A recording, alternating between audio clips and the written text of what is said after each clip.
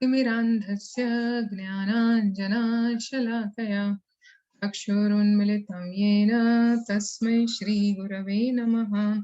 श्रीचैतन्यमनोभीष्टं स्थापितं येन भूतले स्वयं रूप कदा मह्यं ददाति स्वपदान्तिकम्। वन्देऽहं श्रीगुरो श्रीयुतापदकमलं श्रीगुरुन् वैष्णवांश्च श्रीरूपं साग्रजातं सहगणा रघुनाथन्वितं तं सजीवं साद्वैतं सावधूतं परिजनसहितं कृष्णचैतन्यदेवं श्रीराधा कृष्णपादान् सहगणा ललिता श्रीविशाखान्वितंश्च नमो विष्णुपदाय कृष्णप्रेष्ठाय भूतले श्रीमते भक्तिवेदांत स्वामी निति नामिने। नमस्ते सारस्वते देवे गौरवाणी प्रचारिणे निर्विशेष शून्यवादी पाश्चात्यदेशतारिणे नमो महावदन्याय कृष्ण प्रेम प्रदायते कृष्णाय कृष्ण चैतन्य नामिने गौरत्विषे नमः। हे कृष्ण करुणा सिंधु दीनबंधु जगत्पते गोपेश गोपिका कांत राधा कांत नमोस्तुते। तप्तकांचन गौरांगी राधे वृंदावनेश्वरी वृषभानुसुते देवी प्रणमामि हरिप्रिये। वाञ्छाकल्पतरुभ्यश्च कृपा सिन्धुभैव च पतितानां पावनेभ्यो वैष्णवेभ्यो नमो नमः। जय श्री कृष्ण चैतन्य प्रभु नित्यानंद श्री अद्वैत गदाधर श्रीवासादि गौरभक्तवृंद। हरे कृष्णा कृष्णा कृष्णा हरे हरे हरे राम राम राम हरे हरे। मुखं करोति वाचालं पङ्गुं लङ्घयते गिरिं यत्कृपातमहं वन्दे श्रीगुरुदीनतारिणं परमानन्दं माधवं श्रीचैतन्येश्वरम्। हरे Krishna. You have to bear with me and my poor Hindi actually. मुझे इतनी अच्छी हिंदी वैसे आती नहीं है, तो जितना आपको I will try.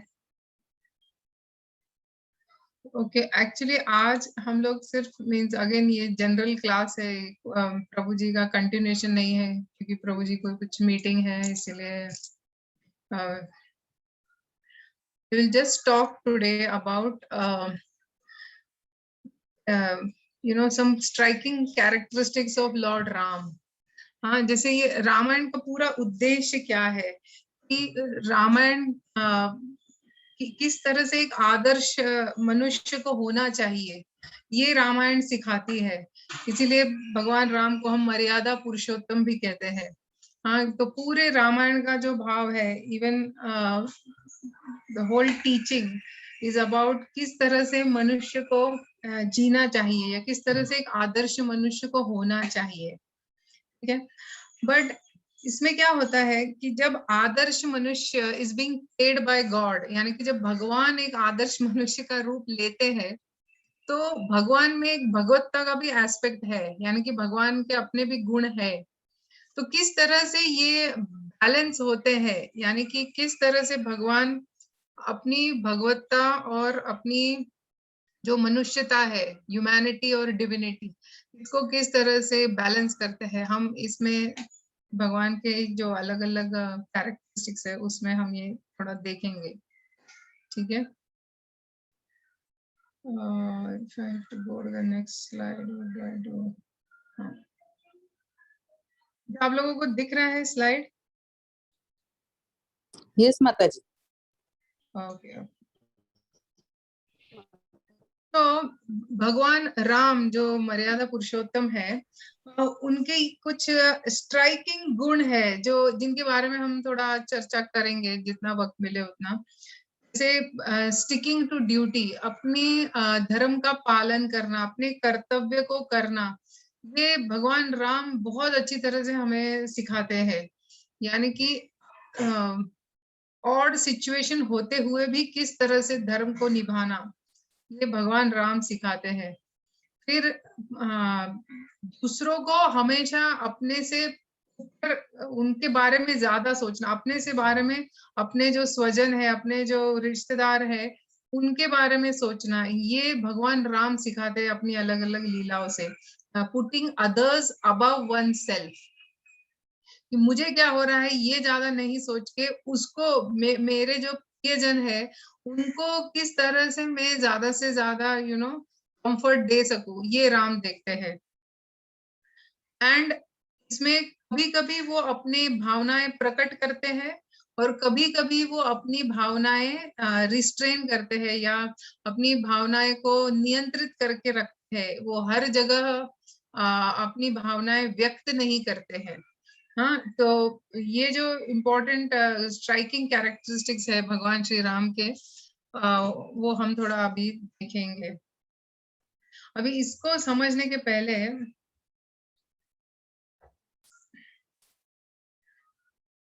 हम ये समझेंगे कि जब भगवान अवतार लेते हैं, हाँ, जब भगवान अवतार लेते हैं, अब हम किस तरह से भगवान से कनेक्ट कर पाए, यानी कि हम किस तरह से भगवान के साथ एक रिश्ता बना पाए। इसमें पहले तो देखेंगे हम, ये दो एक्सट्रीम्स देखेंगे और फिर एक बैलेंस्ड व्यू देखेंगे। तो देखो, एक एक्सट्रीम है, एक एक्सट्रीम यानी कि एक जो ये है समझना भगवान को, कि भगवान हमसे बिल्कुल बिल्कुल ही अलग है। भगवान इतने महान है, इतने महान है कि वो बिल्कुल हमसे अलग है। इससे क्या होता है, हम लोग बिल्कुल, हम सोचते हैं कि हमारा और भगवान का कोई ऐसा नजदीक का नाता हो ही नहीं सकता। तो हम समझते हैं कि भगवान इतने इतने हमसे अलग है, बिल्कुल ही अलग है। जैसे बहुत सारे ट्रेडिशंस में भगवान की कोई मूर्ति भी बनाना बिल्कुल मना है। वो सोचते हैं कि भगवान इतने महान है, मूर्ति बनाना यानी कि भगवान के प्रति अपराध करना हो जाएगा, क्योंकि वो इतने महान है, वो हमसे बिल्कुल इतने अलग है, हम उनको समझ ही नहीं पाते, तो हम उनकी क्या प्रतिमा बनाएंगे। तो इससे क्या होता है, भगवान से दुरावा बढ़ जाता है। भगवान को बहुत ही ऊंचे स्तर पे या हमसे बिल्कुल अलग हम जब समझते हैं। और दूसरा एक एक्सट्रीम है कि भगवान तो क्या बिल्कुल हमारे जैसे है, सेमनेस, यानी कि भगवान बस बस हमारे जैसे ही है। हम जैसे खाते पीते हैं उसी तरह से भगवान खाते हैं, हम जैसे हम रिश्ते बनाते हैं भगवान वैसे ही रिश्ते बनाते हैं। जैसे बहुत से लोग जब कृष्ण लीला सुनते हैं तो उनको लगता है ये क्या साधारण सा बालक है, गैया चराता है, मक्खन चुराता है। सो वो लोग उसकी भगवत्ता का एस्पेक्ट ना देख के सिर्फ मनुष्य एस्पेक्ट देखते हैं। देखो, एक एक्सट्रीम है सिर्फ भगवत्ता देखना, एक एक्सट्रीम है सिर्फ उसका मनुष्य का एस्पेक्ट देखना। बट बैलेंस्ड व्यू क्या है, अचिंत्य भेदा भेद तत्व जो हमको सिखाते हैं भक्ति मार्ग में। हाँ, अचिंत्य, भेद और अभेद। अचिंत्य यानी कि हम नहीं समझ सकते, it's Achintya, it's inconceivable. And भेद एंड अभेद यानी कि भगवान हमारे जैसे है भी और हमारे जैसे नहीं भी है ना। भगवान क्या है, हमारे जैसे भी है और हमारे से भिन्न भी है। तो भिन्न एंड अभिन्न, बोथ टुगेदर। किस तरह से अभिन्न है और किस तरह से भिन्न है, तो भगवान के पास सारे ऐसे गुण है, जैसे भगवान एक मिनट, शायद नेक्स्ट स्लाइड में देखा। देखो, भगवान हमारे से अलग कैसे है, भगवान के पास ये अलग गुण है। भगवान सर्वशक्तिमान है, ओमनीपोटेंट, यानी कि भगवान सर्वशक्तिमान है। फिर भगवान ओमनी प्रेजेंट है, ओमनी प्रेजेंट है यानी कि भगवान सर्वव्यापी है, सब जगह स्थित है, कण कण में भगवान बसते हैं। एंड ओमनीशिएंट है यानी कि सर्वज्ञानी है, यानी कि सर्वज्ञ है भगवान, है ना। तो जो सर्वशक्तिशाली है, जो सर्वव्यापी है और जो सर्वज्ञ भगवान है, वैसे हम नहीं है, इसीलिए भगवान हमसे अलग है ना। तो ये उनके कैरेक्टरिस्टिक्स है।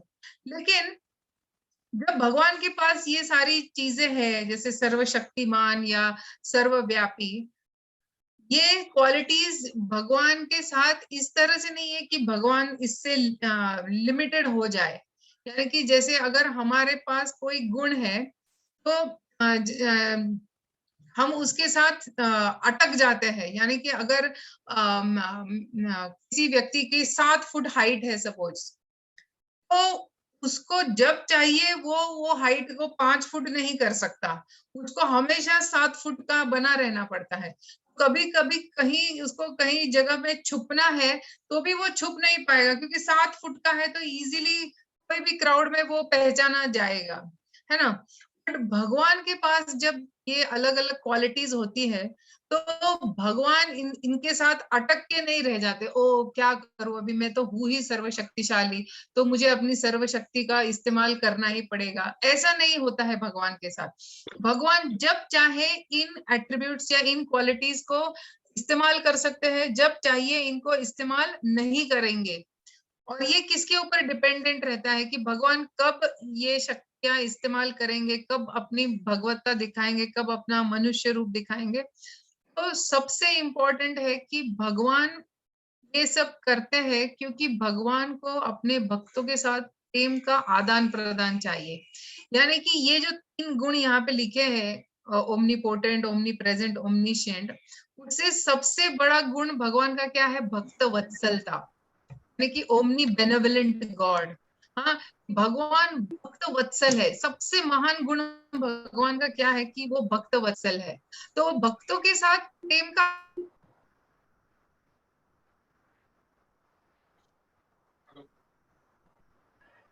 आदान प्रदान करने के लिए अगर ये क्वालिटीज भगवान के प्रेम के आदान प्रदान में बाधा बनाती है, भगवान ये क्वालिटीज को बिल्कुल भी आच्छादित कर देते हैं, इसको यूज नहीं करते हैं भगवान। तो इस तरह से हम देखते हैं कि although Lord is different from us, because इनके ये पास ये क्वालिटीज है, लेकिन फिर भी वो निश्चय कर सकते हैं कि कब इनको यूज करना है, यानी कि कब इनका उपयोग करना है, कब इनका उपयोग नहीं करना है। ठीक है। तो अब हमने देखा वो पेंडुलम में कि एक व्यू है कि भगवान हमसे इतने बिल्कुल अलग है कि हमारा और उनका कोई नाता हो ही नहीं सकता। और दूसरा, भगवान बिल्कुल मनुष्य जैसे एकदम साधारण मनुष्य है। और बैलेंस्ड व्यू क्या है? भगवान हमारे समान भी है और हमसे अभिन्न भी है। तो अभी हमारा क्या बोलते हैं, भक्ति, या हमारी भक्ति भावना किस तरह से बढ़ेगी? How can we connect with God? तो अभी इस भगवान जो अचिंत्य भेदाभेद भगवान है, हाँ, जो मनुष्य रूप लेके आते हैं, है ना। देखो, भगवान को ये समझना कि वो मनुष्य है, ये भी एक बड़ा अपराध है। जैसे भगवत गीता में भगवान कृष्ण खुद ही कहते हैं कि अवजानन्ति माम मूढ़ा मानुषिम तनुम आश्रितः। जो सोचता है कि मैं मनुष्य रूप में हूँ, वो मूढ़ा है, वो फूलिश है ना। तो भगवान को सिर्फ मनुष्य मानना ये बहुत बड़ी इंसान की गलती हो जाएगी। बट एक दूसरा एस्पेक्ट है, हमारी भक्ति को बढ़ाने के लिए अब ऐसे भगवान के साथ हम किस तरह से हमारा रिश्ता जोड़ सकते हैं? How can we connect with God? 2 तरह होते हैं लोग, जो नॉर्मल जो लोग हैं, भगवान के साथ जब कनेक्ट करते हैं, यानी कि भगवान के साथ जब कोई रिलेट करते हैं, एक होता है औपचारिक लेवल पे भगवान के साथ संबंध जोड़ना। हाँ, ऑफिशियल लेवल, औपचारिक लेवल, यानी कि क्या? कि भगवान मैं बहुत दुखी हूँ, मैं ये बहुत बड़े प्रॉब्लम में फंसा हुआ हूँ, भगवान मुझे निकालो, मुझे इस प्रॉब्लम से निकालो। तो हम भगवान से प्रार्थना करते हैं कि बस मुझे ये प्रॉब्लम से आप निकालो, है ना। और अब इसके अंदर 2 चीजें हो सकती है। अगर भगवान ने सचमुच हमको उस प्रॉब्लम से निकाला, तो उस समय क्योंकि हमारा रिलेशनशिप औपचारिक है भगवान के साथ, तो हम भगवान को क्या बोलेंगे कि ओके भगवान, थैंक यू वेरी मच, चलो टाटा बाय बाय, अभी मैं अपना लाइफ एंजॉय करता हूँ, आप अपना धाम में रहिए, मैं मेरे धरती पे आराम से रहता हूँ, अभी अपना कोई लेना देना नहीं, काइंड ऑफ। अब नेक्स्ट टाइम जब कोई प्रॉब्लम आएगा तब वापस तुम्हारा दरवाजा खटखटाऊंगा। एंड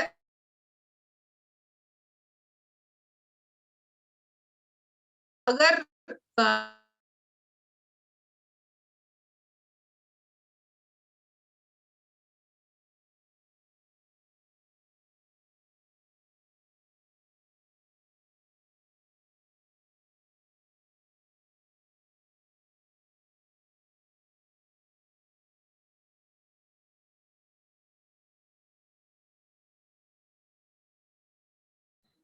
हेलो माता जी, आपका आवाज नहीं आ रहा है।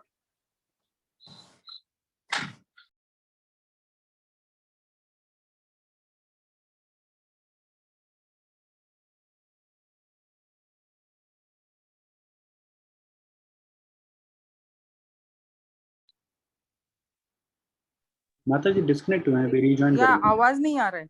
हाँ माता जी अभी डिस्कनेक्ट हो गए माता जी, अभी रिज्वाइन करेंगे वो।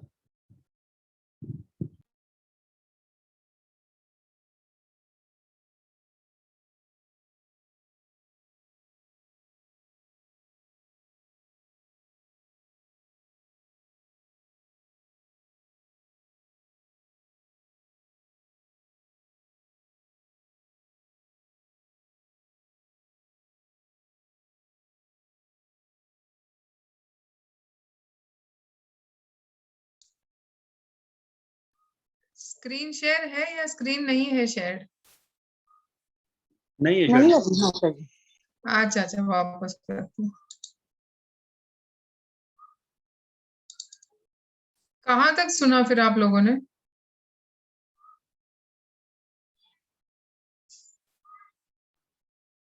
वो भगवान को बोलते हैं ना कि जैसे नेक्स्ट टाइम मिलेंगे, लाइक हाँ हाँ हाँ औपचारिकता। हाँ, ओके।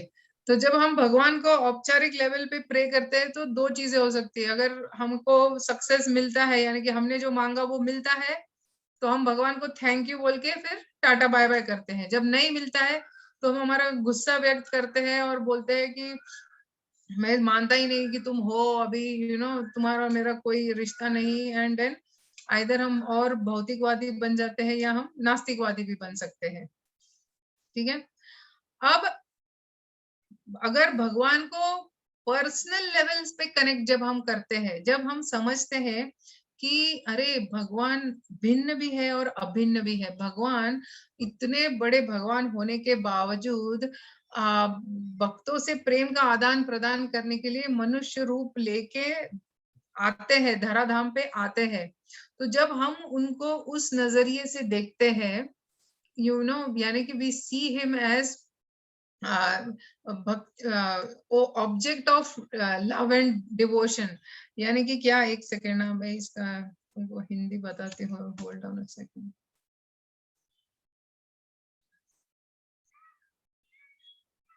यानी कि हमारे प्रेममयी भक्ति के वे एकमात्र लक्ष्य या विषय है।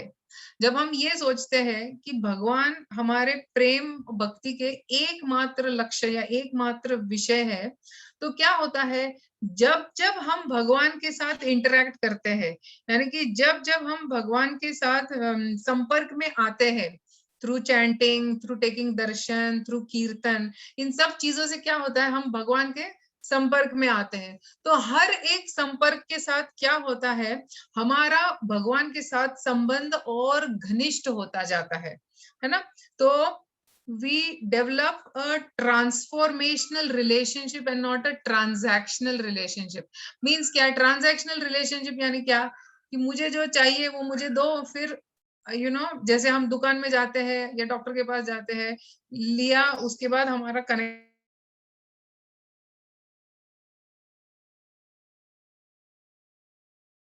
कनेक्शन खत्म, है ना। वो दुकान औपचारिक हुआ। पर्सनल क्या हुआ, पर्सनल लेवल बोलेंगे तो कि हर एक बार जब हम भगवान के संपर्क में आते हैं, हम भगवान से और घनिष्ठ हमारा संबंध होता जाता है। और ट्रांसफॉर्मेशनल इसका मतलब है कि हम भगवान को देखते हैं कि बस भगवान ही एकमात्र मेरे प्रेम के एकमात्र लक्ष्य है। यानी कि किसके ऊपर अगर मैं मेरा पूरा प्रेम डाल सकती हूँ तो वो भगवान है। हाँ, तो ये जब रिलेशन बनता है ना, तो ये कब बनता है, जब भगवान अपनी भगवत्ता छोड़ के, you know he comes down to our level and he lives like a human, है ना। तो भगवान राम इस तरह से आते हैं और जब साधारण मनुष्य की तरह जीते हैं वो, तो इस तरह से वो हमारे में उनके लिए प्रेम निर्माण करते हैं, अलग अलग उनके गुण दिखा के, है ना। तो अभी ये और एक इम्पोर्टेंट पॉइंट है जिसके बाद हम वो चार लीला में जाएंगे। The right reference point. यानी कि क्या होता है, अगर देखो हमको अभी भगवान को सपोज समझना है हमको, तो हम किसी को भी समझना है, फॉर एग्जाम्पल, हम पहले हमारी भावनाएं और हमारी आकांक्षाएं क्या है उसके आप बेसिस लेके हम किसी और को समझने की कोशिश करते हैं कि मैं इस तरह से सोचती हूँ, मेरी ये सिचुएशन में मेरी ये भावना होगी, इस तरह से फिर भगवान भी ऐसे ही सोचते होंगे क्या। तो हम इस तरह से निष्कर्ष लगाते हैं, अपनी भावनाएं और अपनी आकांक्षाएं समझ के हम दूसरों की समझने लगते हैं। वो मापदंड से हम दूसरों की इमोशंस और दूसरों की एस्पिरेशंस समझने की कोशिश करते हैं, और इसी तरह से हम भगवान को भी उस फ्रेम ऑफ रेफरेंस में लाते हैं, ह्यूमन फ्रेम ऑफ रेफरेंस में लाके भगवान को समझने की कोशिश करते हैं। बट एक सेकेंड, मैंने स्क्रीन शेयर किया है क्या उस स्लाइड पे? नहीं।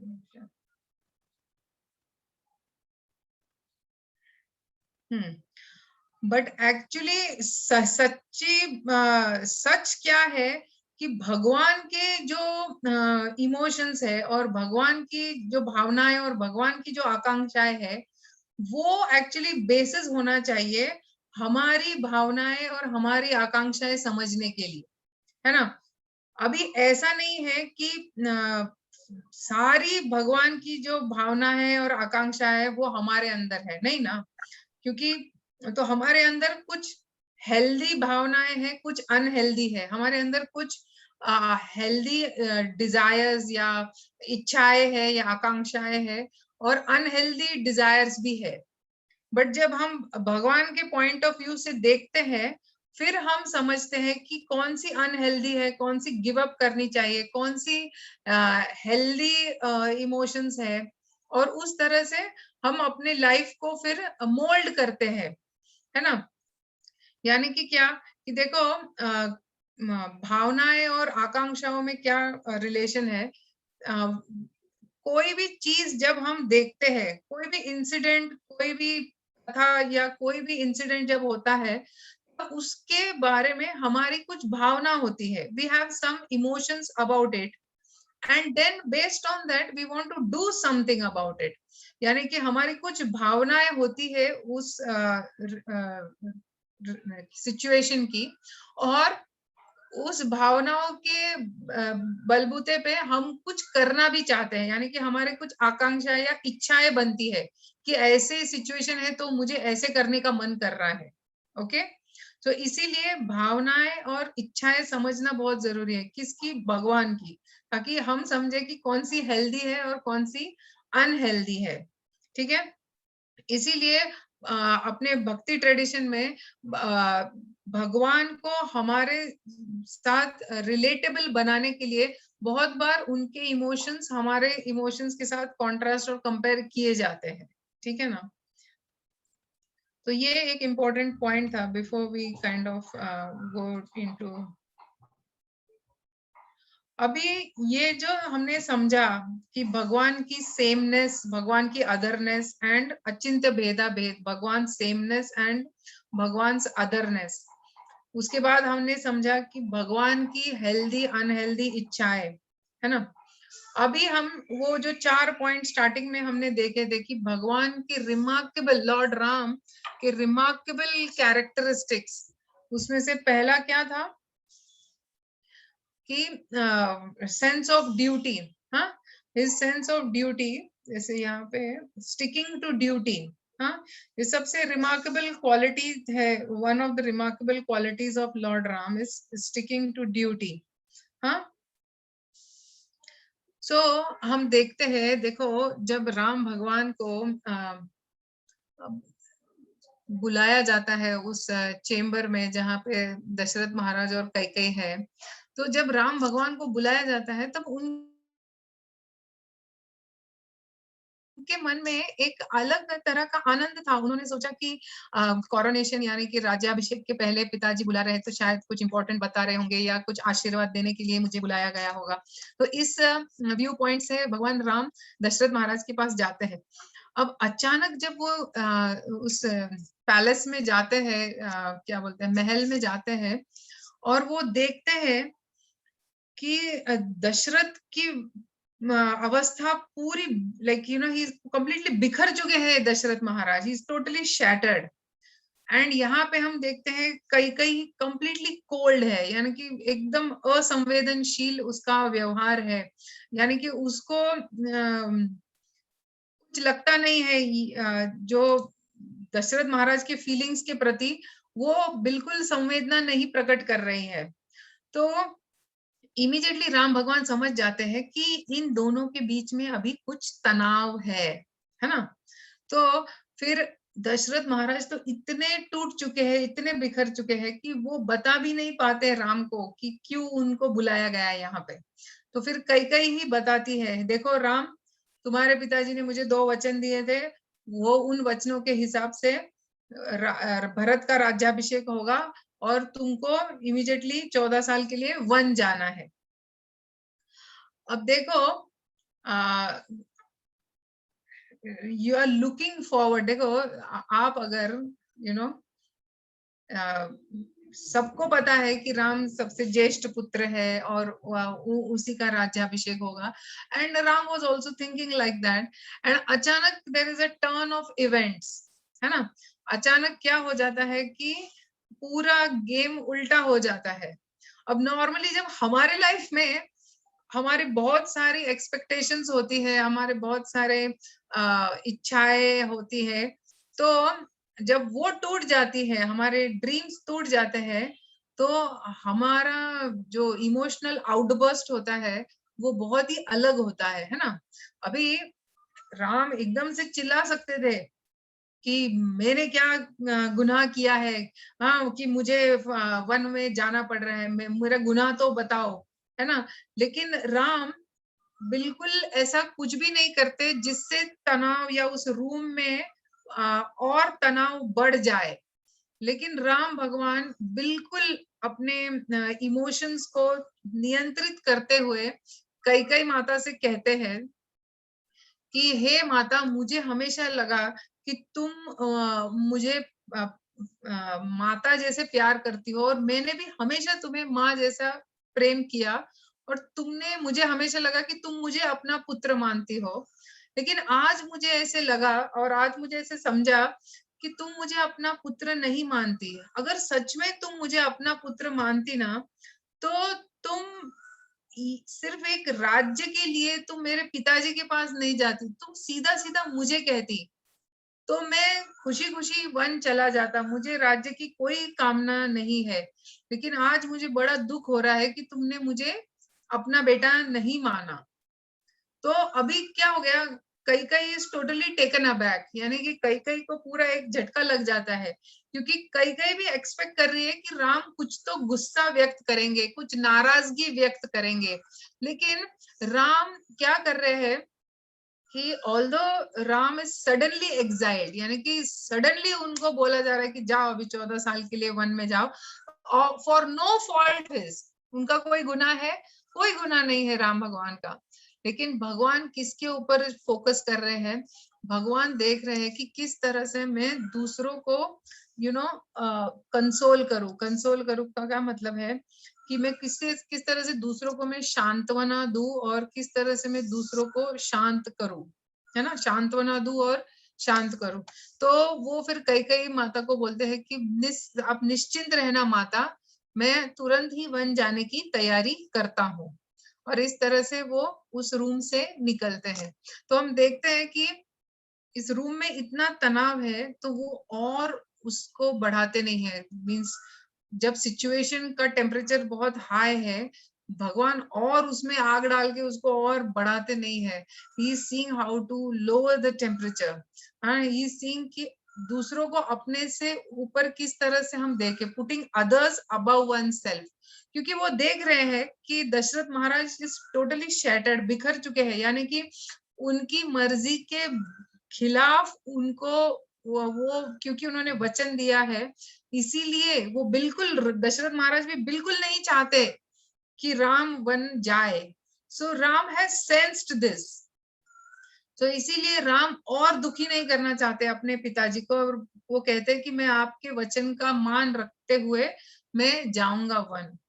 अभी इसके बाद क्या होता है, ये रूम से बाहर निकलते हैं, फिर ये लक्ष्मण उनको रास्ते में मिलते हैं, फिर कौशल्या माता के पास जाते हैं, फिर कौशल्या माता भी रो रही रहती है, फिर कौशल्या माता को भी उधर वो सांत्वना देते हैं, उसे शांत करते हैं, उसको समझाते हैं। वो कहती है कि नहीं, मैं भी तुम्हारे साथ चलूंगी।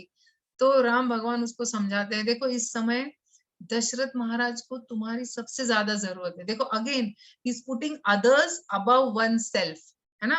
वो ये नहीं कह रहे हाँ हाँ माँ मैं अकेला रहूंगा, come come you come with me, it's not saying like that. What he is saying कि माँ आज मेरे से ज्यादा, मीन्स आज पिताश्री का इस तरह से ये हाल हुआ है, कई ने इस तरह से पिताश्री को ये किया है, तो पिताजी को सबसे ज्यादा आज तुम्हारी जरूरत है। और इस समय अगर तुम मेरे साथ चली आई तो ये बराबर नहीं होगा। सो ही इज दूसरों के बारे में कितना ख्याल कर रहे हैं भगवान राम, ये हम देख सकते हैं। और फिर वो कौशल्या माता को इस तरह से समझाते हैं और कहते हैं कि 14 साल की क्या बात है, 14 दिन में बीत जाएगी, मैं यूं जाऊंगा, बट बस मुझे तुम आशीर्वाद दे दो। तो इस तरह से कौशल्या माता को भी समझाते हैं, दशरथ महाराज के बारे में भी सोच रहे हैं। उसके बाद लक्ष्मण जब रूम से बाहर आते हैं, कौशल्या के रूम से लक्ष्मण और राम, तब लक्ष्मण को भी समझाते हैं। लक्ष्मण भी बहुत ही क्रोधित है इसके ऊपर। लक्ष्मण सोचता है कि बिल्कुल राम को वनवास नहीं जाना चाहिए, हम लड़ेंगे, हम युद्ध करेंगे, और हम कुछ भी करके राम में, भगवान भैया राम में तुम्हारा राज्याभिषेक कल करके ही रहूंगा, इस तरह से लक्ष्मण बहुत ही ये बोलते हैं। तो भगवान राम उसको भी समझाते हैं, उसका भी टेम्परेचर डाउन करते हैं, उसको भी समझाते हैं कि वो किस तरह से अपने पिता की आज्ञा मानना ये उसका कर्तव्य है, और वो कर्तव्य पालन के लिए वो जा रहे हैं करके। और फिर लक्ष्मण कहते हैं फिर मैं भी आपके साथ चलूंगा। तो यहाँ पे भी हम रामायण में देखते हैं सेल्फलेसनेस ऑफ लक्ष्मण। देखो Ram is already very selfless, Ram is showing how he is putting others above one self, but Lakshman, I mean सारे कैरेक्टर्स आप देखेंगे रामायण के, सब लोग अपना निजी स्वार्थ छोड़ के, अपना कंफर्ट छोड़ के, किस तरह से दूसरों को ज्यादा आनंद दे सके, दूसरों को कंफर्ट दे सके, उसमें लगे हैं। उस तरह से लक्ष्मण भी बोलते हैं राम को, नहीं नहीं भैया, मैं तुम्हारी सेवा करने के लिए तुम्हारे साथ वन चलूंगा। फिर जब राम सीता के पास जाते हैं, Sita also says the same thing कि जहां राम है, you know I want to be there, वही मेरी अयोध्या है। तो उसको वो she leaves all the facilities and all the opulences, यानी कि सारे जो महल की ऐशो आराम है, उन सबको वो ठुकरा के, वो अपना स्त्री धर्म निभा के, वो अपना, वो सोचती है कि बिना राम के अयोध्या को कोई मतलब नहीं है, जहां राम है वहीं आराम है। तो शी थिंक्स कि सारे आराम, ऐशो आराम राम के कदमों में है, मैं राम के साथ रहूंगी तो मुझे कोई तकलीफ नहीं होगी।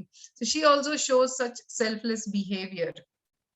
तो देखते हैं कि देखो in this whole Ramayana, that is why it is showing this one theme कि किस तरह से सब लोग सेल्फलेस बिहेव करते हैं। सैक्रिफाइस का बहुत मूड है रामायण में, कि किस तरह से दूसरों को अपने ऊपर देखना, putting others above one self.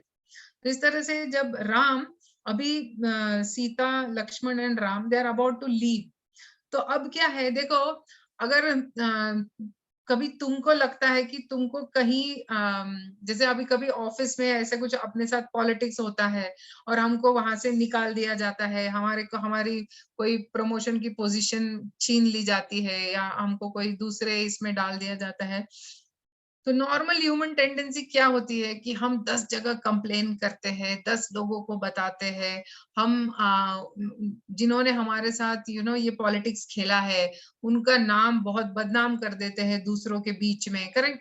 That is a very normal human tendency. But जब राम जा रहे हैं तो पूरा प्रजा भी आक्रोश में है, प्रजा भी विद्रोह करने के लिए रेडी है, क्योंकि उन सबको चाहिए कि राम राजा बने। बट अब when Ram is addressing the प्रजा, अब राम क्या सोच रहे हैं कि राम पूरी प्रजा को बताते हैं कि देखो आप लोग है ना, आप लोग प्लीज कोऑपरेट कीजिए, यानी कि आप जो राजा है उसके साथ आप सहयोग कीजिए, है ना। आप अगर राजा के साथ सहयोग करेंगे और राजपाट ठीक से चलता रहेगा तो मैं वहां वन में निश्चिंत रह सकूंगा।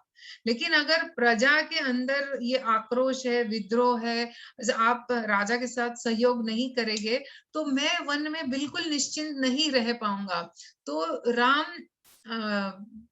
एक पर्सनल रिक्वेस्ट करते हैं सारे अयोध्या वासियों को कि आप बिल्कुल ऐसा कुछ मार्च पास्ट, मोर्चा, आंदोलन ऐसा कुछ मत करना, आप विद्रोह मत करना, आप असहयोग आंदोलन मत करना, आप सहयोग करके आप रहना ताकि मैं 14 साल आराम से रह सकूं, so that people will be wanting to do what Ram says, and at the same time situation will become calm, है ना।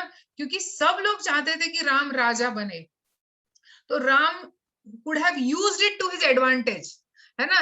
राम पूरी प्रजा के साथ he could have been the leader and he could have said कि देखो पूरी प्रजा मेरे साथ है, maximum votes मेरे है, so I am entitled to be the king. But Ram doesn't do any of that, है ना। He's always focused on consoling and calming others. वो बोलते हैं मैं अपनी इच्छा से वन जा रहा हूँ, मेरे पिताजी का वचन का। So he is not saying that out of my means मेरे इच्छा के विरुद्ध मुझे भेजा जा रहा है, ऐसे शब्द नहीं यूज करते हैं राम। कहते हैं मैं अपनी स्वेच्छा से वन जा रहा हूँ अपने पिताजी के वचन का पालन करने के लिए, और जब मैं वहां रहूंगा तब आप इधर राजा का सहयोग कीजिए, आप विद्रोह मत कीजिए। सो हम देखते हैं कि इस तरह से सबको भगवान सांत्वना देते हैं और परिस्थिति को शांत करते हैं, है ना। सो राम देखो सबके बारे में सोच रहे हैं, right from his father, his mother, down to all the citizens.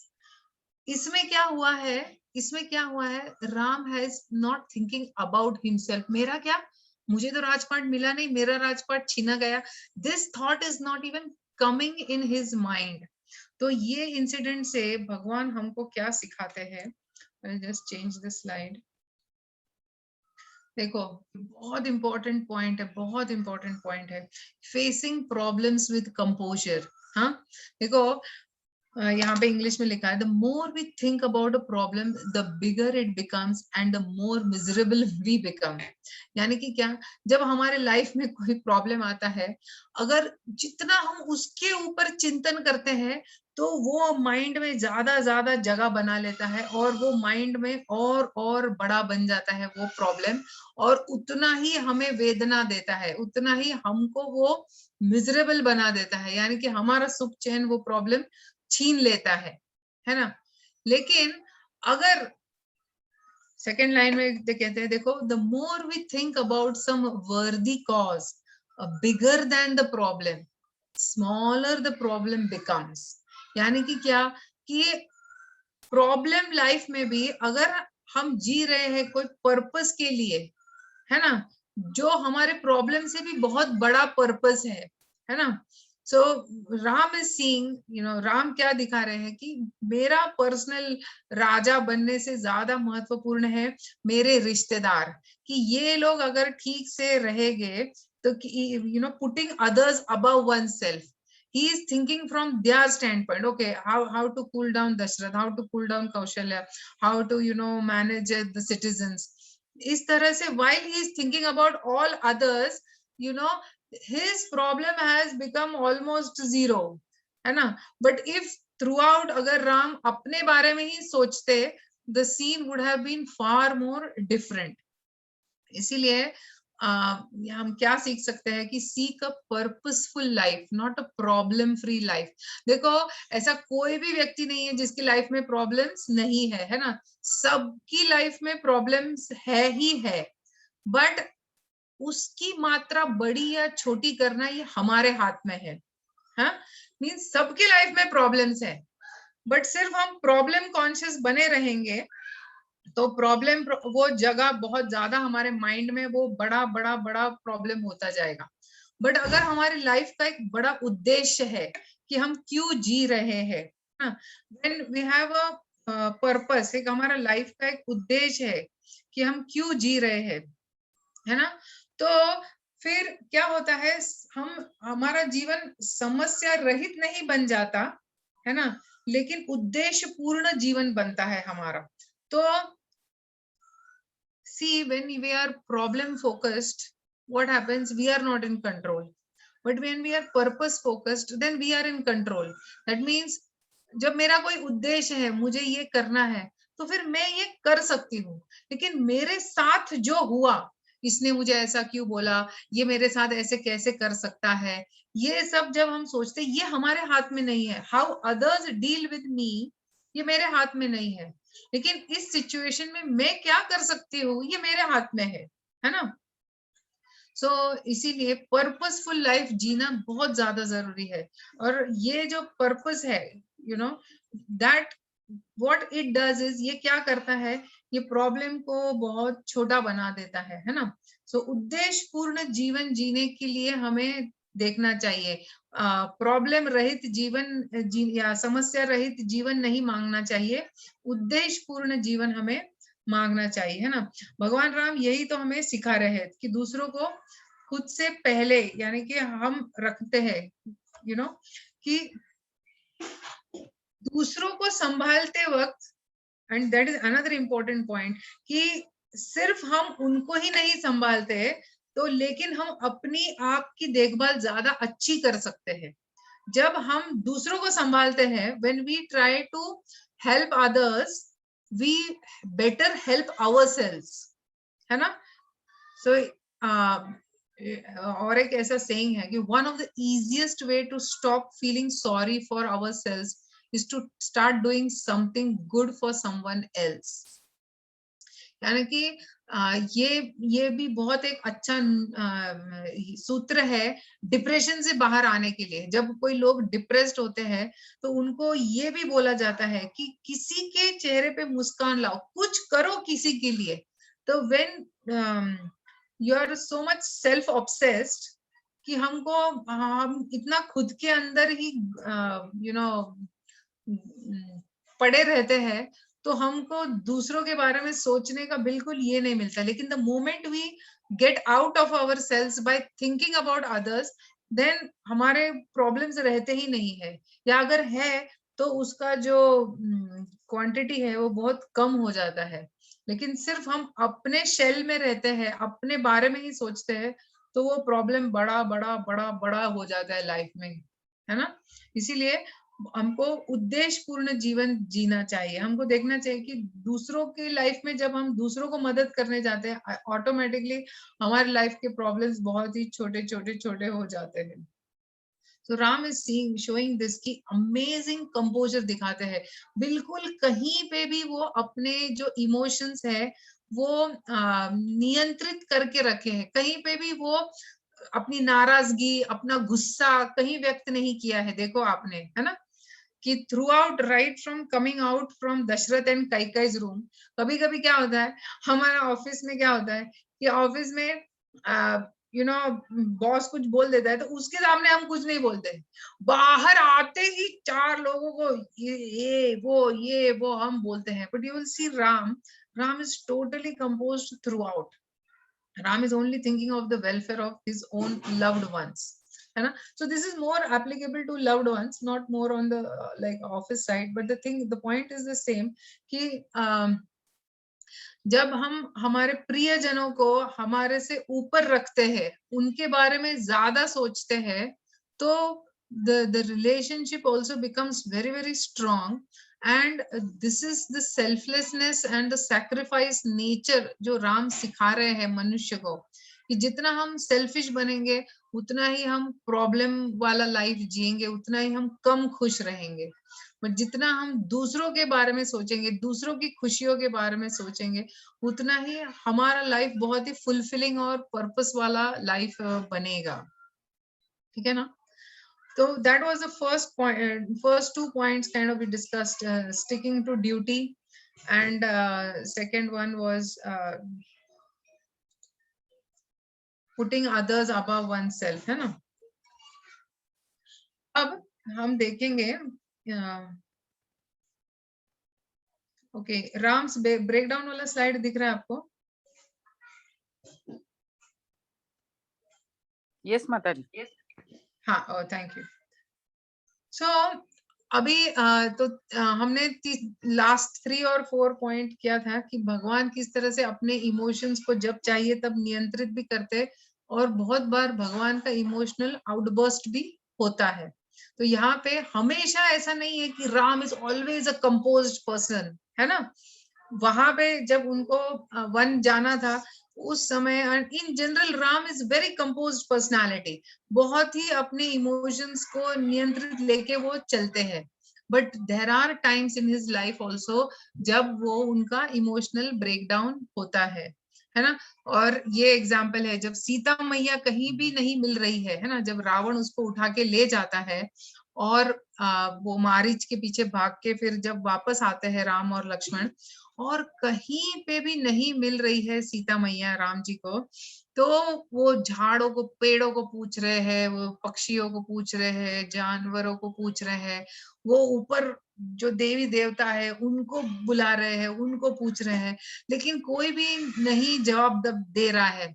तब भगवान को इतना गुस्सा आता है, तो भगवान का वो इमोशनल आउटबर्स्ट वहां पे दिखता है कि वो बाण चला के वो बोलते हैं, देवताओं मैं तुमको पनिश करूंगा, यानी कि मैं तुमको गंभीर शिक्षा दूंगा अगर तुमने मुझे बताया नहीं मेरी सीता कहाँ है।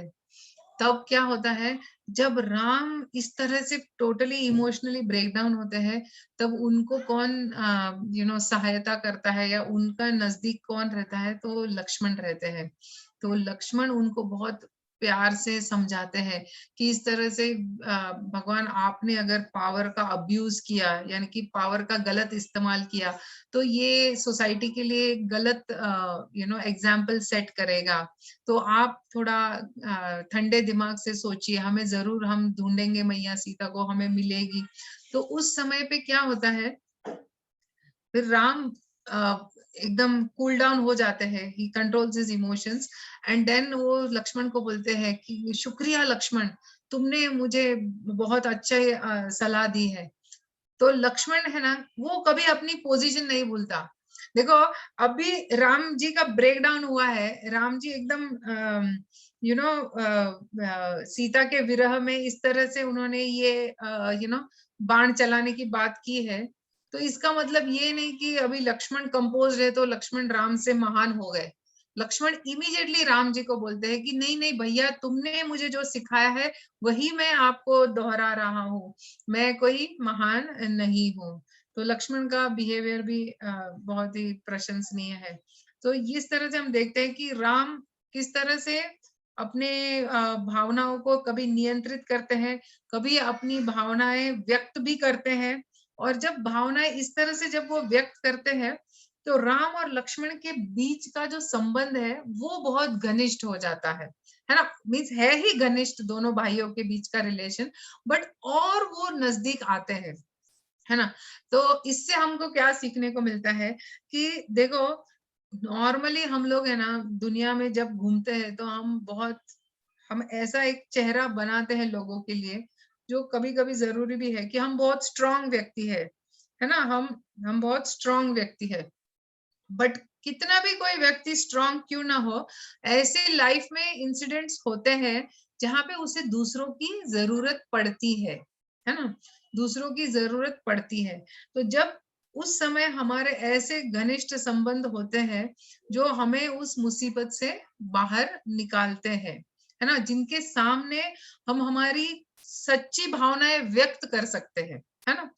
और नॉर्मली हम सबके सामने इस तरह से व्यक्त नहीं कर सकते हमको अंदर क्या फील हो रहा है, क्योंकि बहुत बार कोई लोग हमारा फायदा भी उठा सकते हैं। लेकिन जब ऐसे नजदीक के हमारे रिलेशन होते हैं तो इनके सामने हम हमारी भावनाएं व्यक्त कर सकते हैं। तो Ram is also teaching this, that even the best among us, एक second, can you see this slide, या even the best among us sometimes need to lean on others for help, है ना। so vulnerability, actually Ram weak नहीं है, राम के अंदर ऐसा नहीं है कि क्षमता नहीं है, लेकिन vulnerability यानी कि वो भी ऐसे स्थितियों में उनकी भी भावनाएं है तो उनकी भावनाएं जब वो किसी को व्यक्त करते हैं तो दो व्यक्तियों के बीच में संबंध बहुत घनिष्ठ हो जाता है, ठीक है ना।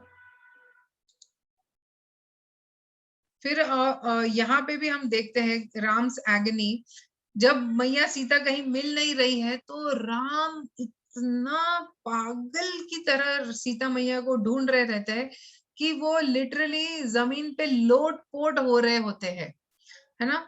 तब ऊपर से शिवजी और पार्वती है ना, वो Sati actually, not even Parvati, but वो ऊपर से उनके एयर ऊपर से जा रहे रहते हैं और शिवजी मंद मंद मुस्काते हैं। उनका बहुत मन करता है नीचे आके प्रभु श्री राम को दंडवत करे, बट वो बोलते हैं कि इनकी लीला में व्यत्यय हो जाएगा, इसलिए वो नहीं नीचे आते हैं। तो क्या होता है कि वो नीचे नहीं आते हैं, लेकिन सती को डाउट हो जाता है। सती सोचती है कि ये कैसे भगवान हो सकते हैं जो इस तरह से जमीन पे लोट पोट हो रहे हैं, ये तो कोई भगवान नहीं हो सकते।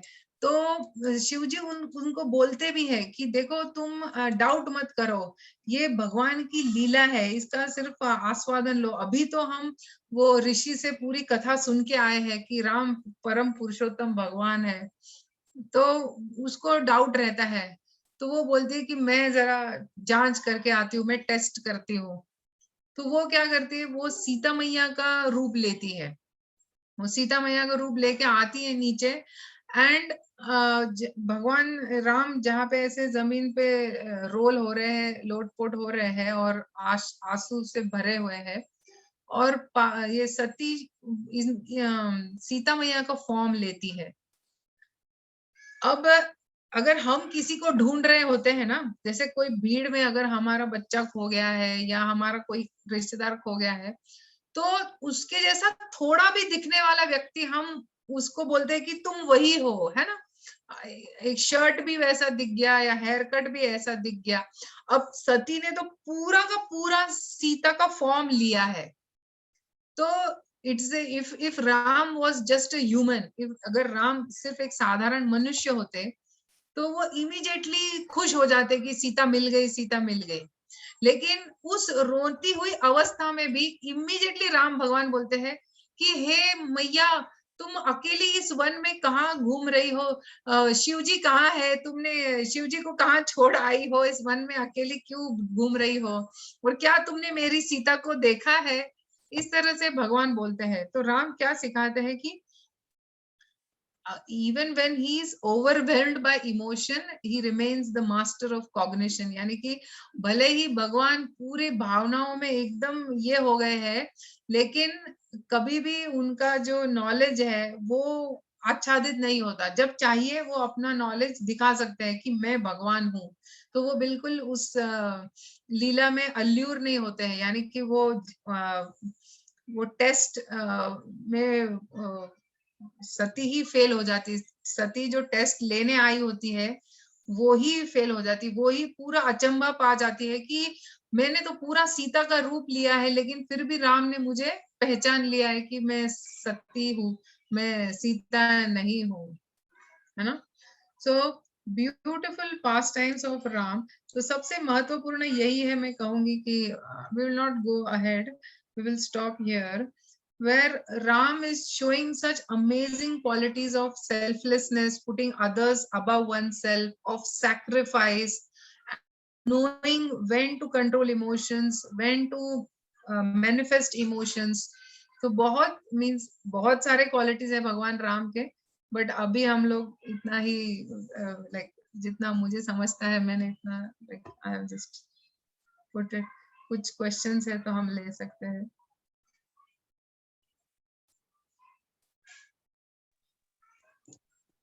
माता जी दंडवत प्रणाम।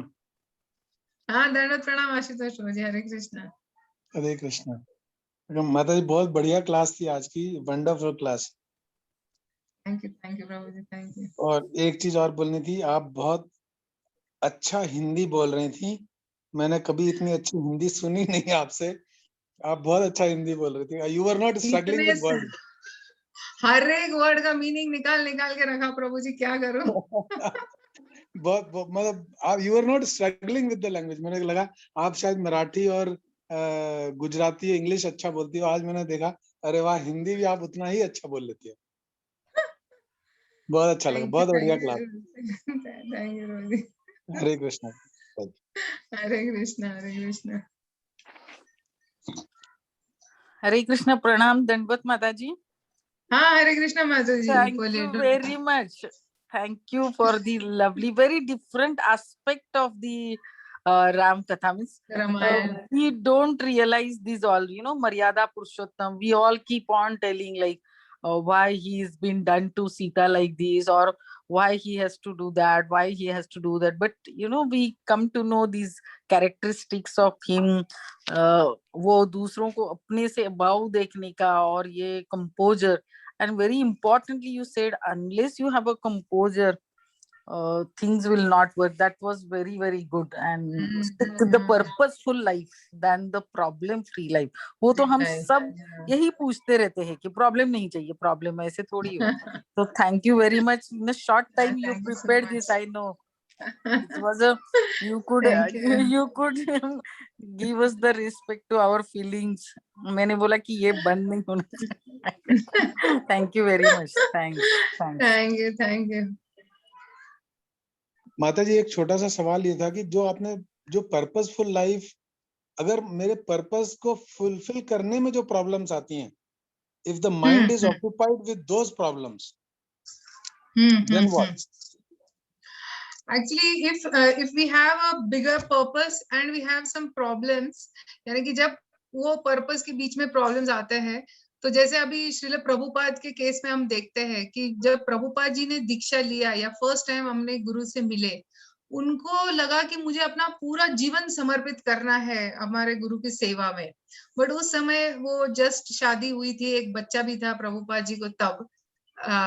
So Prabhupada did whatever he could in whatever time he had, and it took almost 44 years after that where he actually started the movement at a big scale. So what he's saying, take small steps, take baby steps, but don't stop taking steps. यानी कि जितना समय प्रभुपाद जी को मिलता था, जितना finance वो कर सके, वो इतना गौड़िया मठ को पैसे से मदद करते थे। फिर जितना वो कुछ पब्लिश कर सके, कुछ लेटर्स मींस कुछ आर्टिकल्स लिख सकते थे, वो करते थे। जितना समय वो बिता सकते थे गौड़िया मठ में, मंदिरों में, वो उस तरह से he was going one by one, like taking small steps. So rather than focusing on, oh, ये प्रॉब्लम है, इसकी वजह से मैं ये नहीं कर सकता हूँ. Okay, given the constraints, जितने भी मेरे constraints है, उसके अंदर या उस how much or in whichever way I can serve. तो इससे क्या होता है, भगवान भी देखते हैं कि ये कितना डिटरमिन्ड व्यक्ति है, कि जब ही इसे वक्त मिलता है, जितना इसे वक्त मिलता है, जितना इसके पास रिसोर्स है, ये सब मेरे में लगा देता है. He is putting all his energy, all his time, whatever is remaining. Not that he wants to put say 80%, but he has at hand only 20%. But that 20% he doesn't keep to himself, he is offering it to me, be it time, be it resources, whatever. Then what God does, God also reciprocates. Okay, 20, then I will give him more freedom, 30, 40, 50. So God also gives that kind of more time, more energy, more resources when he sees that determination. So it's not more of focusing on what constraints we have, but given the constraints, how with whatever constraints we have and whatever resources remaining we have, we offer ourselves to Krishna. ठीक है प्रभु जी? ठीक है माता जी, दंडवत प्रणाम। हरे कृष्ण माता जी। हाँ, हरे कृष्ण माता जी। अभी ये लॉकडाउन में हम बोलते हैं ना सर्विसेज, अभी लॉकडाउन में कंप्लीटली हमारा स्टॉप हो गया, जैसे हम मंदिर जाना या कुछ सर्विस करना या कुछ। तो अभी ये लॉकडाउन में व्हाट वी कैन डू, और कैसे हम देख सकते हैं? अभी हम बहुत सारी चीजें हम कर सकते हैं लॉकडाउन में, जैसे इन टर्म्स ऑफ सर्विसेज हम हमारा शास्त्र का नॉलेज बढ़ा सकते हैं, ताकि कल जब हमारे पास नॉलेज हो, और आप लोग तो डॉक्टर है, तो आपके पेशेंट आते हैं तो आप और अच्छी तरह से अलग अलग एंगल से उनको समझा सकते हैं. So you can first develop yourself, you can understand Shastra from a better perspective. That is also a service. We should not think that it is not a service. So reading, understanding scripture, that is also one kind of service, because probably right now we cannot go out, meet people, distribute books. But then we create a solid foundation for ourselves, where when the lockdown opens up and when we meet people, then we are more confident, we can talk to people. वो हम कर सकते हैं. अभी internet के माध्यम से लोग इंटरनेट से भी बहुत कुछ प्रचार करते हैं.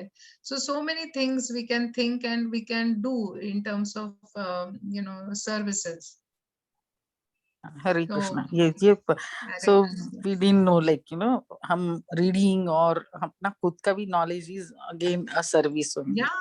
Okay. जैसे वो होता है ना, वो बोलते हैं, वो एयर फ्लाइट में बोलते हैं कि पहले अपना मास्क पहनो और फिर दूसरों को मास्क पहनाओ आप. So first we get enough oxygen, that means we get enough strength and we get enough conviction, then we go out in the outer world to spread the same happiness. If I am myself not happy in my Krishna conscious life, I cannot spread it, because ये fake नहीं, we cannot fake it. It has to be natural. So it is contagious then. Like faith is contagious, happiness is contagious. So अगर तुम खुश हो तुम्हारी भक्ति life में, then only you will be able to go out and you will not feel burnt out. You will feel blissful. Yeah. Hare Krishna, Hare Krishna. Right. Hare Krishna.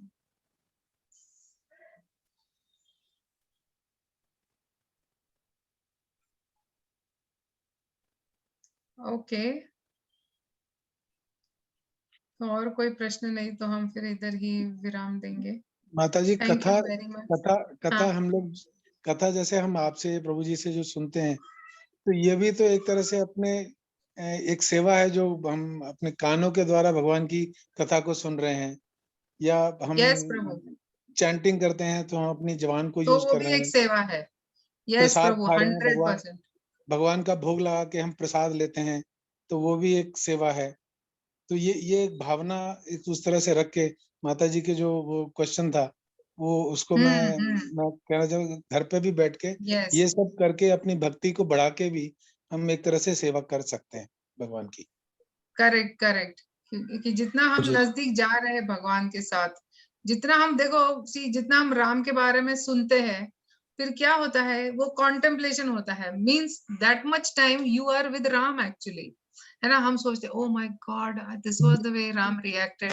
फिर जब हमारी लाइफ में कोई प्रॉब्लम आती है,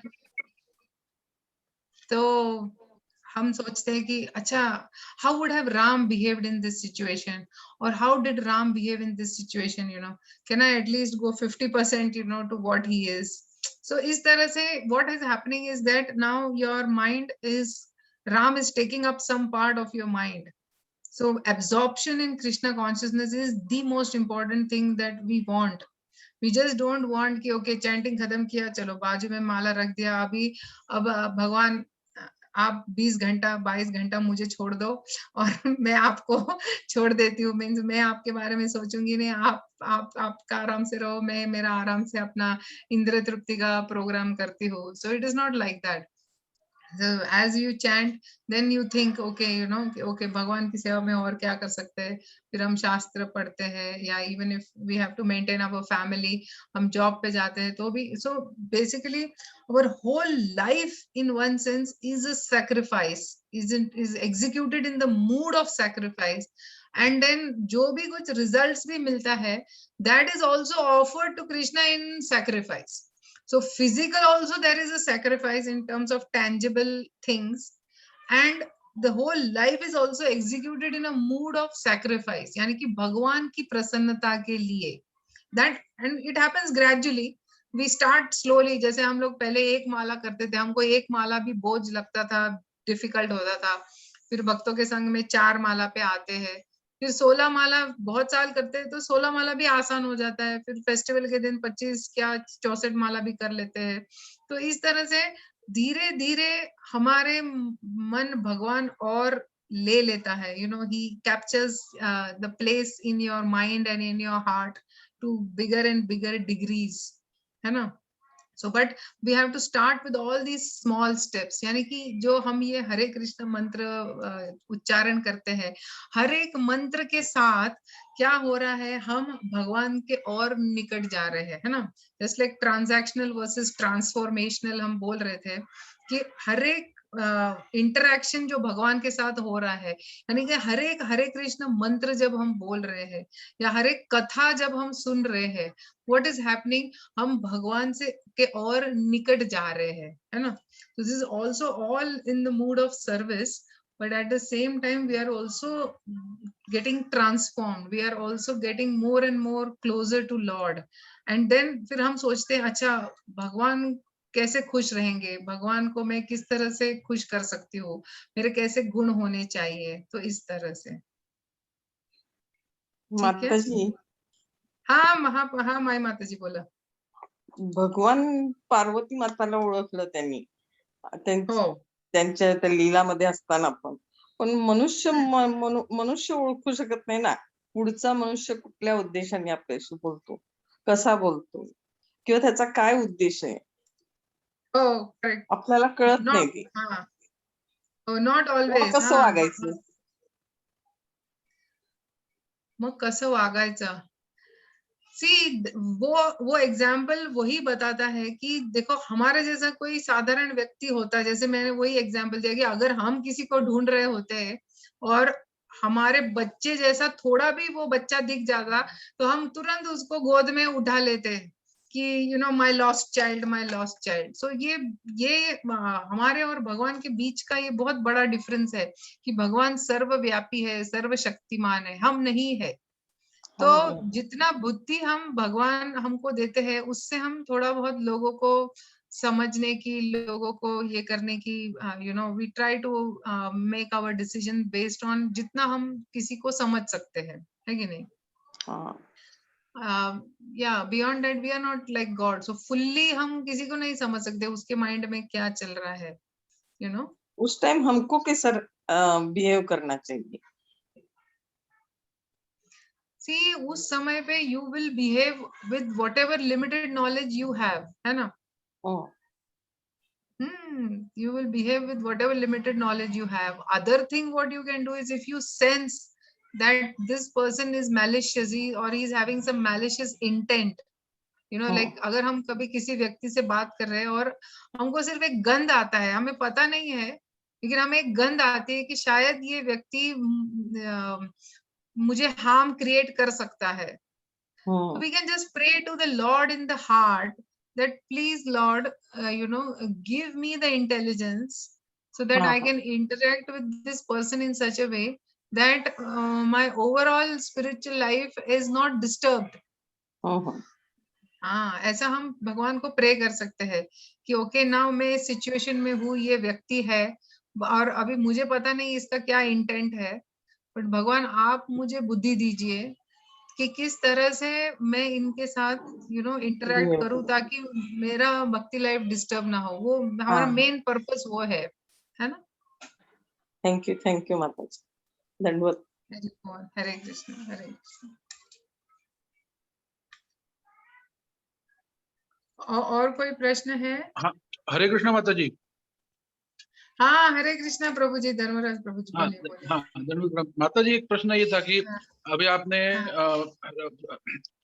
राम के selflessness के बारे में बताया कि कैसे वो अपने बारे में कम सोचते थे और बाकियों के लिए, तो हम ये कैसे कर सकते हैं? मतलब बहुत बार यही नोटिस होता है, मतलब मेरे बारे में, कि मैं कैसे खुश होऊंगा या मुझे कैसे आनंद मिलेगा, इसके बारे में ज्यादा सोचा जाता है। इन स्पिरिचुअल, मतलब मटेरियल में तो है, स्पिरिचुअल में भी, कि मेरा जब अच्छा होना चाहिए क्योंकि मुझे अच्छा लगना चाहिए, बाद में मुझे ये होना चाहिए वगैरह ऐसे। तो इसके लिए कोई प्रैक्टिकल कुछ प्लीज आप इंस्ट्रक्शन बता सकते हैं क्या कि क्या करना चाहिए प्रैक्टिकली ऐसा? हाँ देखो, अभी जैसे डेफिनेटली इट्स नॉट लाइक क्या बोलते हैं ओवरनाइट जर्नी नहीं है, ये एक ग्रेजुअल प्रोसेस है। और धीरे धीरे जिस तरह से हम ये हरे कृष्ण मंत्र का जप करते हैं, तो हमारा क्या बोल सकते हैं शुद्धिकरण होता है, तो धीरे धीरे हमें भी पता चलता है कि ओके ये सिचुएशन में मैंने ये गलत डिसीजन लिया था, अभी मुझे मेरा ये थिंकिंग था, अब मुझे इस तरह से थिंक करना चाहिए या विचार करना चाहिए। जैसे कहते हैं the best way to find ourselves is to get lost in something bigger than ourselves, you know, that means, and then he said that happiness is always not a product, happiness is always a byproduct। यानी कि हम सब कुछ कर रहे हैं खुशी के लिए, लेकिन खुशी हमेशा कोई बड़े पर्पस में जब हम शामिल होते हैं तो खुशी is just a by product of that purposeful life. So don't try to seek a happy life, try to seek a purposeful life. यानी कि हमारे जीवन का एक उद्देश्य होता है कि ओके जैसे अभी एटलीस्ट हम लोग जो सब भक्ति कर रहे हैं, हमारा एक उद्देश्य बहुत क्लियर है कि हमको भगवान को खुश करना है। हम आत्मा है, हम बहुत ही अणु है और भगवान बहुत ही विभु है। तो एक चीज है कि हम समझे कि मेरी इंटेलिजेंस से मैं नहीं समझ सकता कि मेरे को किस चीज से मैक्सिमम हैप्पीनेस मिलेगा, बट भगवान इज विभु, so he knows better that in what way I can get maximum happiness। तो जिस तरह से when we surrender unto the will of Guru and Krishna, normally क्या होता है कि हम इंटेलिजेंस नहीं सरेंडर करते, हम एक्टिविटीज कर लेते हैं, बट हम सोचते हैं कि मेरा प्लान के हिसाब से सब चलना चाहिए, तो मेरा ये प्लान है भक्त बनने के लिए। बट भगवान में हमारे से ज्यादा इंटेलिजेंस भी है, ये भी समझते हैं हम धीरे धीरे जैसे भक्ति में प्रगति करते हैं। तो फिर जब अलग अलग सिचुएशंस हमारी लाइफ में आती है ना, तब हम उसको भी एक्सेप्ट करते हैं कि ये भी मुझे भगवान के और नजदीक ले जाने के लिए ये सिचुएशन में मुझे डाला गया है, तो अब इस सिचुएशन में मेरा क्या कर्तव्य है।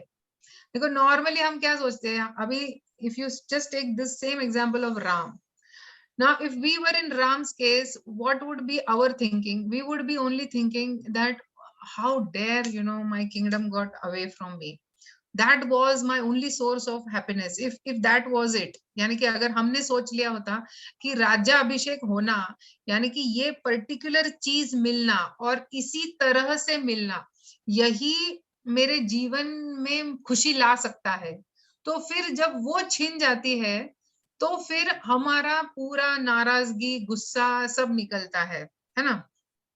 But on the other hand if we see Ram is concerned, okay अभी मेरे फैमिली पे ऐसा एक सिचुएशन आ गया है ना, अभी अचानक कई का मंत्रा ने मन परिवर्तन कर देना, या दशरथ के वो बहुत सालों पहले कोई 2 वचन दिए हैं और दशरथ भी बिल्कुल नहीं चाहते हैं राम को भेजना, तो ये पूरा एक दैव से निर्माण किया हुआ सिचुएशन है।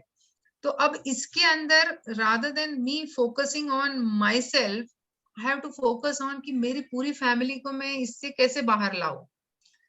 जैसे अभी सबको फैमिली में सबको कोविड हो जाता है, सबको कोरोना हो जाता है, तो क्या होता है जो घर के पुरुष व्यक्ति होते हैं वो ज्यादा सोचते हैं कि बड़े जो होते हैं वो सोचते हैं बच्चों को किस तरह से ठीक करें, तो बच्चों को टेक केयर करने में ज्यादा लग जाते हैं, तो अपने कोविड के बारे में ही भूल जाते हैं या अपने बीमारी के बारे में सोचने का टाइम भी नहीं रहता है। So in that way, if we think about, the preaching mission, if we think about, how we can help others become more Krishna conscious, be it our immediate family members, be it our extended family members, है ना। जैसे देखो we have our close family, with wife, children and in-laws and parents and sisters and brothers, ये सब ये हमारे family है, और फिर हमारी एक extended family भी है, हमारे भक्तगण, है ना। तो हम भक्तों को फोन कर सकते थे, जब ये कोरोना का सिचुएशन है, हम लोग सब लोग एक दूसरे को मिल नहीं पाते हैं, but imagine if we just make a pledge that let me just call 2 devotees and just talk to them, now you'll also feel so nice just talking to them, and they'll also feel so amazing that I have been given such a privilege, this devotee, he never calls me and he's just called me to check that how good I am, or how am I doing in my life। तो क्या होता है, हम हमारे मैं पने से बाहर आते हैं, we come out of that shell of me and myself. So we can do that, just phone उठाओ, हफ्ते में 1-2 फोन करो, अलग अलग भक्तों को पूछो कैसे चल रहा है, वो किस तरह से भक्ति में आगे बढ़ने की कोशिश कर रहे हैं, वो क्या करते हैं, अगर उनको कुछ प्रॉब्लम है कुछ समझने में, आप उनको कुछ समझाओ, या वो कुछ अपना कुछ इंसिडेंट शेयर करते हैं. It's just so amazing that फिर हम हमारे प्रॉब्लम से उस तरह से हम बाहर आ जाते हैं, या हमारे मैं पने से या सेल्फिशनेस से हम we come out. Otherwise normally सब लोग क्या सोचते हैं, I am so busy in my life, I have so many appointments, I have so many meetings, I have so many problems. तो हम लोग किसी को फोन करते ही नहीं, हम सब सोचते हैं कि कब कोई मुझे फोन करेगा और मुझे पूछेगा कि मैं कैसा हूँ, है ना. So this is some practical way where we can just think that, okay, I want to work in Prabhupada's mission. So I think of first my close family also, and then I think of my extended family also. Thank you very much, Mataji. Yes, Mataji. Thank you, Prabhu. Very right. Mataji, brilliant question and excellent answer. Yes, absolutely. हमने आज Prabhu sir. आपने Today जो बताया ना, एक बहुत अच्छी चीज जो दिल को छू गई. आपने कहा कि we cannot target happiness. The moment we target happiness, that may be happiness coming out of Maya or physical world, that may be very, very transient. अगर long Correct. lasting happiness चाहिए, तो it is a byproduct which comes when we chase a target purposeful life. तो वो Correct, happiness Prabhu. becomes Yes. an automatic outcome. Byproduct. Yes, happens always a Byproduct. byproduct, Prabhu. Yes. ये बहुत ही बढ़िया explanation. Thank you. Thank you. Thank you, Prabhu. धन्यवाद माता जी. Yeah, thank you. Dandavad.